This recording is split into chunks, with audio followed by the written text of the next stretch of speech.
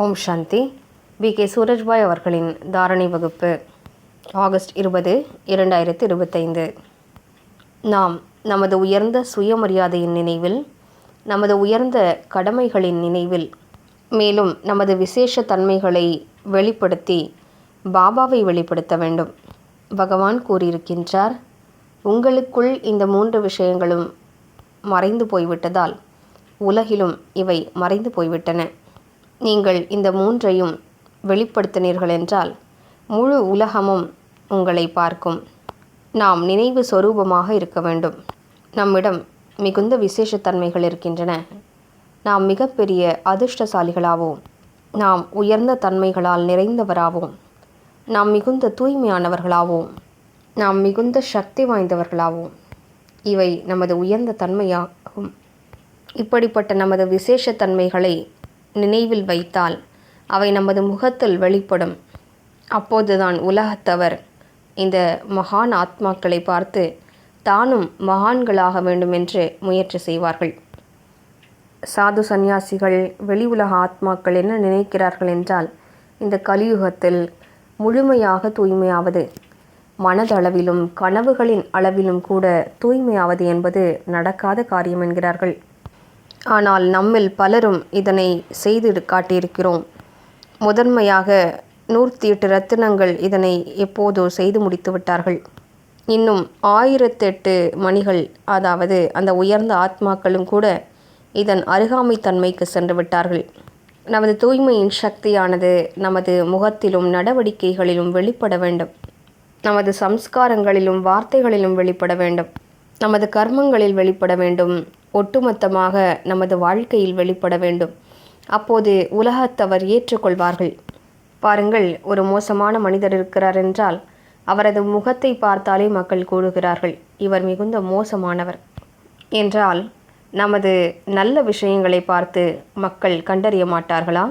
அவசியம் கண்டறிவார்கள். நாம் பாபாவின் பெயரை விளங்கச் செய்ய வேண்டும். உயர்ந்த தன்மைகளை நாம் வாழ்க்கையில் தாரணை செய்ய வேண்டும். நமது கடமையின் நினைவிருக்க வேண்டும். இவ்வுலகில் இருக்கும் ஒவ்வொரு ஆத்மாவிற்கும் நான் செய்தியை சேர்க்க வேண்டும். நாம் பூர்வீகமான ஆத்மாக்கள் அனைவரையும் பாலனை செய்ய வேண்டும். சக்தி வாய்ந்த அதிர்வலைகளை பரவச் செய்து பிறருடைய துக்கங்களை அழிக்க வேண்டும். அனைவருக்கும் சுகத்தையும் நிம்மதியையும் வழங்க வேண்டும். அனைவரையும் அமைதிப்படுத்த வேண்டும். அவர்களுக்கு உதவி புரிய வேண்டும். அவர்களுக்கு சக்திகளை வழங்க வேண்டும். இவை நமது உயர்ந்த கடமையாகும். இத்தனை பெரிய காரியங்களை நாம் செய்தாக வேண்டுமென்றால் நம்மில் எத்தனை சக்தி இருக்க வேண்டும். நாம் பிறருக்கு சக்திகளை வழங்க வேண்டுமென்றால் நாம் எத்தனை சக்திசாலிகளாக இருக்க வேண்டும். நாம் பிறருடைய பிரச்சனைகளை அழிக்க வேண்டுமென்றால் நாம் முதலில் பிரச்சனைகளிலிருந்து விடுபட்டவராக இருக்க வேண்டும். நாம் பிறருக்கு செய்தியை வழங்க வேண்டுமென்றால் முதலில் நமக்குள் சக்தி இருக்க வேண்டும். அப்போதுதான் நமது வார்த்தைகளில் சக்தி இருக்கும். நமது சேவை, நமது உயர்ந்த காரியங்கள் என்ன நாம் செய்ய விரும்புகிறோமோ அவற்றை செய்வதற்காக சக்திகள் தேவைப்படுகின்றன. சுயமரியாதையை பற்றி நாம் அறிவோம். சுயம் பகவானே நமக்கு சுயமரியாதையினை வழங்கியிருக்கிறார். நீங்கள் எப்படிப்பட்டவர்களோ உண்மையில் தன்னை பற்றி அவ்வாறே சிந்தியுங்கள் என்று பாபா கூறுகின்றார். நாம் மறதியில் மாட்டிக்கொண்டு விட்டோம். ஒருவர் ஏழை மனிதர் என்றால் அவருக்கு அந்த ஆன்மீக பெருமிதம் இருப்பதில்லை. பகவானே கூறினாலும் அவருக்கு அந்த ஆன்மீக போதை ஏறுவதில்லை. அவர் சுயத்திற்குள் ஈஸ்வரிய பெருமிதத்தை நிரப்பிக்கொள்ள வேண்டும். சுயம் பகவான் கிடைத்து விட்டார். அதி உயர்ந்த ஞானம் கிடைத்து கொண்டிருக்கிறது. வாழ்க்கையில் நிலையான மகிழ்ச்சி நிறைந்து விட்டது. நம்மை போன்ற அதிர்ஷ்டசாலி வேறு யார் இருக்கிறார்? ஒருவர் குறைவாக படித்திருக்கிறார் என்றால் அவரும் தாழ்வு மனப்பான்மையில் இருக்கிறார். எனக்கு புத்தி குறைவாக இருக்கிறது என்று நினைக்கிறார்.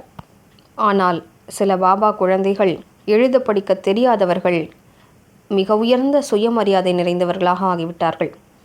அவ்வாறே பிறரும் ஆக வேண்டும். நமது ஹையர் கான்ஷியஸ்னஸ், அதாவது சுயமரியாதைகளின் நினைவினால் சக்தி வாய்ந்த நிலையை நாம் அடைய வேண்டும். அதன் மூலம் நாம் தந்தையின் வெளிப்பாட்டை ஏற்படுத்த முடியும். எந்த அளவிற்கு நமது சொரூபம் சக்திசாலியாக ஆகிவிடுமோ அந்த அளவிற்கு பாபாவும் அவரது உயர்ந்த ஆத்மாக்களும் இந்த உலகின் முன்னால் வெளிப்பட்டு விடுவார்கள். ஓம் சாந்தி.